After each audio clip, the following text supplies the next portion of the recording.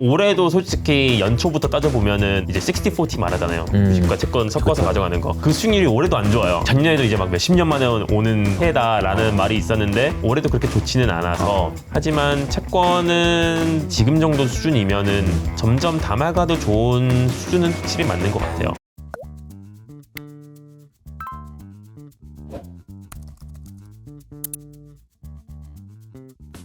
나와주셨으니까 시장에 대한 전체적인 생각이 좀 궁금하거든요. 이제 윌리엄도 이제 투자를 하고 계시니까 시장을 어떻게 보고 계신지, 그리고 이제 어떻게 투자할 건지 이런 내용들 좀 간단하게 얘기해 주시면 좋을 것 같아요. 시장에 대해서 말씀을 드리자면 물론 조심스럽긴 하지만 저도 뭐 항상 맞춘 것도 아니고 지금 상황이 쉽지도 않고 네.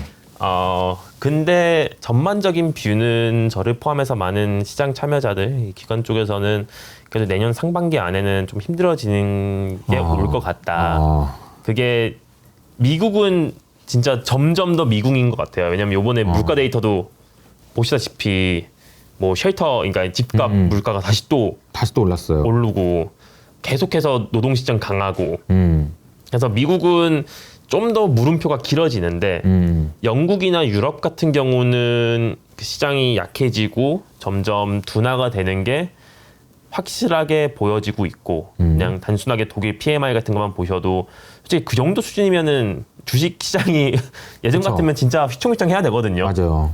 그런 거 치고는 엄청 잘 버티는 것 같아. 네, 근데 우리가 우려했던 거와 달리 약간 처음에는 생각보다 괜찮은데 원유값 떨어지고 괜찮은데라고 했다가 최근 들어서 원유값이 다시 오르고 그리고 미국과는 다르게 유럽이나 영국은 이제 원유나 에너지 수입 국가들이라서 상당히 민감해요.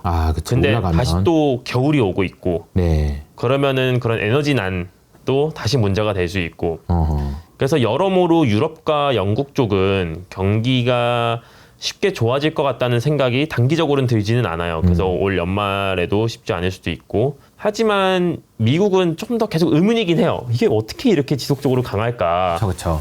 그냥 우리가 완전히 계산을 잘못한 건가? 라는 얘기를 하기는 하지만 이걸 말고 좀 더 이제 시장적인 측면을 말씀을 드리면 저 같은 경우는 멀티에셋이라서 여러 가지 자산을 다 담기 때문에 여러 가지를 다 보는데 이제 리스크 프리미엄이라는 개념을 아시잖아요. 네. 리스크 프리미엄. 네. 리스크 있으면 금리 더 줘. 뭐 이런 거죠. 그러니까 리스크 프리미엄적인 측면에서 말씀을 드리면 현금을 이길 수 있는 자산이 많이 없어요. 그러니까 지금 보기에 그냥 시장 전반적인 이제 밸류에이션이나 여러 가지를 따져봤을 때 원래는 점점 더 리스크가 높은 상품일수록 거기서 얻는 금리라든지 얻는 이제 뭐 이게 더 높아야죠. 그러니까 이제 리스크를 안고 가는 거에 대한 프리미엄을 지급한다라는 개념이잖아요. 그래서 보통 그러면은 제일 밑단에 리스크가 하나도 없는 현금이 있고 보통은 이게 올라가죠. 주식은 제일 끝단에 있고 현금 다음 국채가 있고 이런 식으로 올라가는 그래프를 보여준단 말이에요. 리스크를 안을수록 점점 더 많은 금리를 얻는, 많은 수익률을 얻는. 근데 이게 거의 평탄해져 있다고 요즘 많이들 봐요. 그래서 현금보다 더 많은 리스크를 안고 가도 그에 준하는 만큼의 금리라든지 이런 걸 시장이 주지 않는다 더 이상. 왜냐하면은 뭐 주식은 이거에 제일 많이 빗대는 게 어닝스 일드죠. 그쵸. 이제 PER의 역수죠. 네, PER의 역수가 얼마나 되냐를 따져봤을 때 이게 솔직히 요즘 현금을 거의 이기지 어렵다. 못한다. 거의 비슷한 수준이다라는 말을 하고 있고 심지어 미국 국채도 따져보면은 왜냐면 이제 많이들 아시다시피 커브가 역전되어 있는 게 이런 거를 보여주는 건데 그러니까 미국의 2년물 금리, 그러니까 이제 2년만 맡겨놓으면 뭐 만기가 얼마 길지도 않아. 2년이면은. 근데 5%. 그러니까 5%를 안정적으로 낼 수 있다고? 그럼 그거 이기기가 쉽지가 않죠. 네, 그래서 현금 이기기 쉽지 않다라는 게 아직까지도 전반적인 생각인 것 같아요. 근데 이거에 빗대어서 그러면은 저희가 잠깐 이 녹화를 하기 전에 대화 나눴던 것 중에 막스, 하워드 막스. 네, 하워드 막스는 지금 하이힐드 사라. 그쵸. 라는 말을 하는데 이거의 논리 안에서는 네. 말이 될 수 있는 게 뭐냐면 그나마 하이힐드 채권들이 그래도 현금을 뛰어넘는 리스크 프리미엄을 제공을 하기는 하거든요. 근데 이것도 또 눈여겨봐야 될 거는 지금 미국 시장에서 그 채권 쪽이 엄청 강세였어요. 회사채가 계속해서 스프레드가 점점 축소되고 계속 강세를 보여왔는데 심지어 하이힐드도. 근데 지금 이 하이힐드 스프레드가 의미하는 그러니까 이런 하이힐드 그런 정크인 회사들의 디폴트, 그러니까 디폴트 기대값이라고 하거든요. 디폴트가 몇 프로나 될 것 같아요. 앞으로 이 회사들의 몇 퍼센트나 앞으로 뭐 1년이든 3년이든 5년 안에 디폴트가 될 것 같냐라는 기대값이 스프레드에 다 담겨져 있어요. 아시다시피. 그러니까 이제 이렇게 회사채 금리를 거래하는 거 보니 네. 회사가 몇 개 안 망할 걸로 보는구나, 네. 많이 망할 걸로 보는구나라는 거를 이제 추정할 수 있다는 거죠. 추정을 할 수 있는데 지금의 스프레드가 나타내는 이 추정값은 너무 낮아요. 아, 이 참여자들이 보기에는 그래도 금리 이렇게 오르고 경기 안 좋아진다라는 말들이 나오고 있고 그래도 안 망한다고 보는 거예요. 안 좋아지고 있는데 지난 역사적으로 봤을 때 지금 수준은 경기가 화랑입니다의 평균 수준이에요. 아하, 무슨 말인지 알겠네요. 근데 조금이라도 경기가 안 좋아지면 솔직히 그 정도는 아닐 텐데, 그러니까 우리가 완전히 막 2008년처럼 위기로 간다까지가 아니라고 해도 지금의 시장에서 추정하는 이 디폴트 확률은 너무 낮다. 이거보다는 오를 수밖에 없다. 왜냐하면 이제 만기도 점점 다가오고 더 높은 금리로 이 회사들이 또 그쵸. 새로 채권을 발행을 해야 되고 그럼 점점 부담이 될 것이며 그쵸. 그러면은 디폴트가 당연히 그래도 최소한 평균 정도로는 올라와야 되는데 그거보다 좀 더 오르든지. 근데 지금 시장이 추정하는 값은 너무 괴리가 있다라고 해서 하이힐드 쪽에서도 이거 너무 비싼 거 아니야? 그런 얘기도 라는 있죠. 얘기들이 많이 있습니다. 설명하신 내용들을 종합해 보면 그런 거네요. 이제 위험이 높을수록 수익률, 기대할 수 있는 수익률이 높아야 되는데 현금이 여기 있는데 현금이 너무 위에 있으니까 이게 높아도 이게 안 올라간다는 거지. 이게 평탄하다는 거죠. 그러면 기대할 수 있는 수익률은 비슷한데 위험하긴 하니 그걸 왜 하고 현금 가지고 있는 게 낫지, 이런 얘기인 거죠. 근데 영국에서도 현금을 어디 예금에다 넣어놓으면 이 정도의 금리가 나오나요? 이것도 이제 말들이 많은데 왜냐면 미국 같은 경우에는 순수한 예금 금리는 아직도 엄청 낮아요. 0. 몇 프로예요. 네, 그거를 반영을 빨리 안 해줘요. 그러니까 그렇기 때문에 이제 개인들도 실질적으로 미국 국채를 살 수 있는 통로를 많이 열고 있고 그런 식으로 이제 유도를 하는데 그나마 유럽이나 영국은 조금 더 낮기는 해요. 그만큼 반영이 늦지는 않아요. 특히 유럽이 저는 더 그런 걸로 알고는 있고. 근데 유럽에서도 막 이태리나 이런 데도 요즘에는 이 개인들의 국채를 사는 비중이 점점 커지고 있거든요.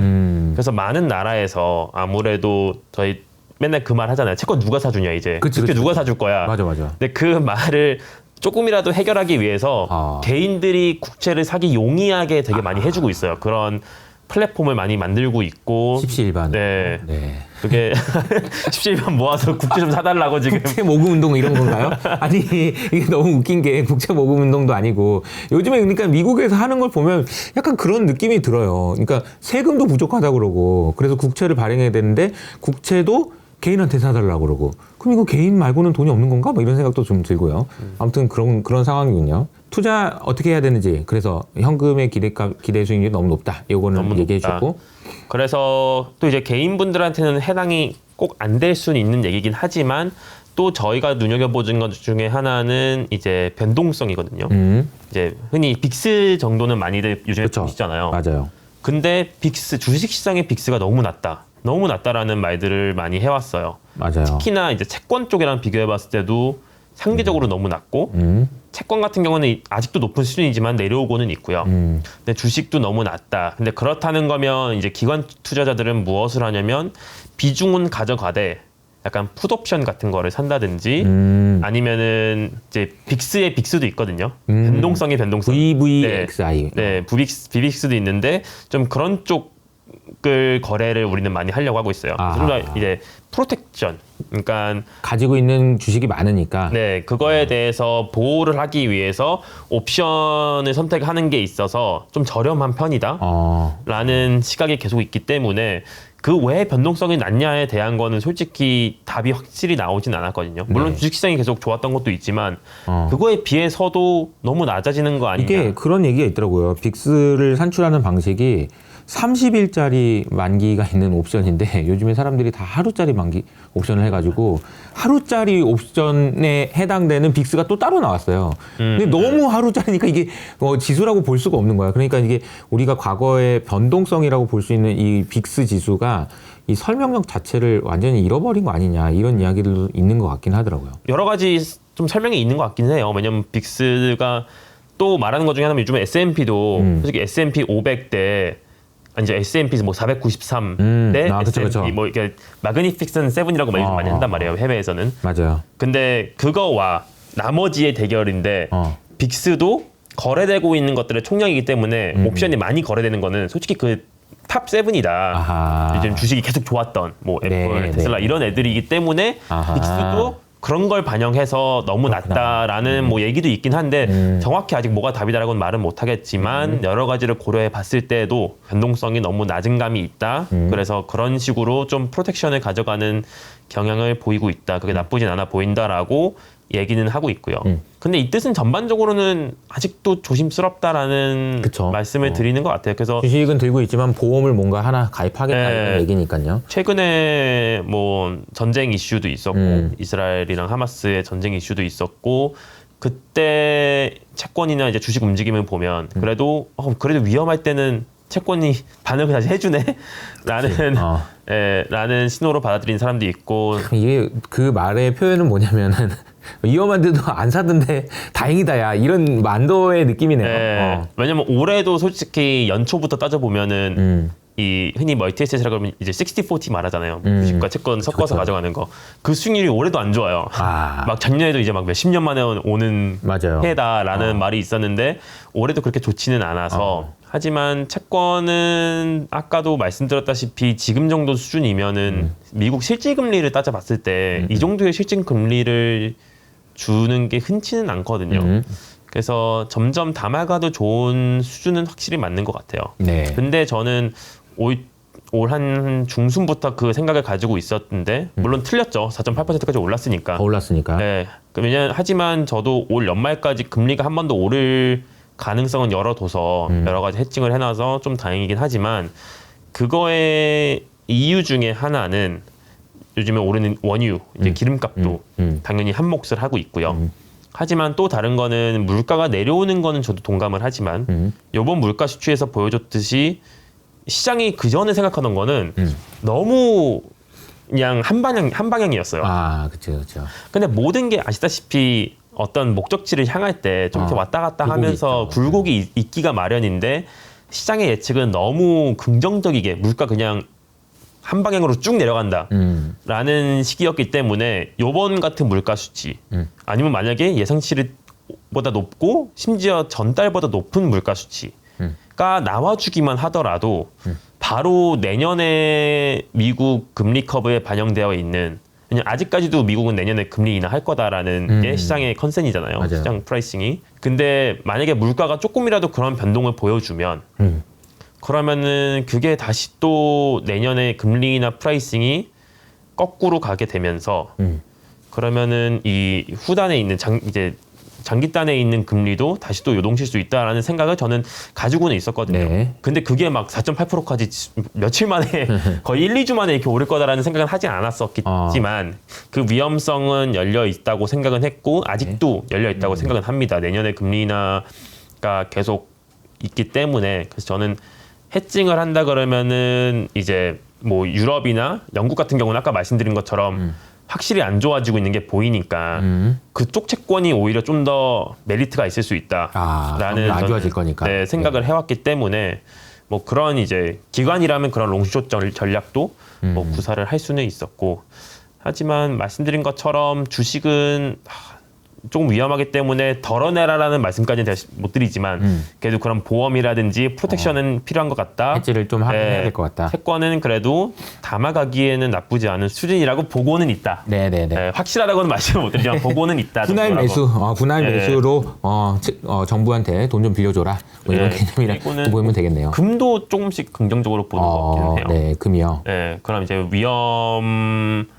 그러니까 위험 안전자산의 개념으로 보면은 안전자산 개념도 그렇고 물가가 다시 또 조금씩 이제 요동을 쳐주면은 그러면 또다시 그런 이제 물가 해칭이라는 것도 있기 때문에 금에 대한 긍정적인 시각도 많이 보이고는 있습니다. 비트코인은요? 관심 없나요?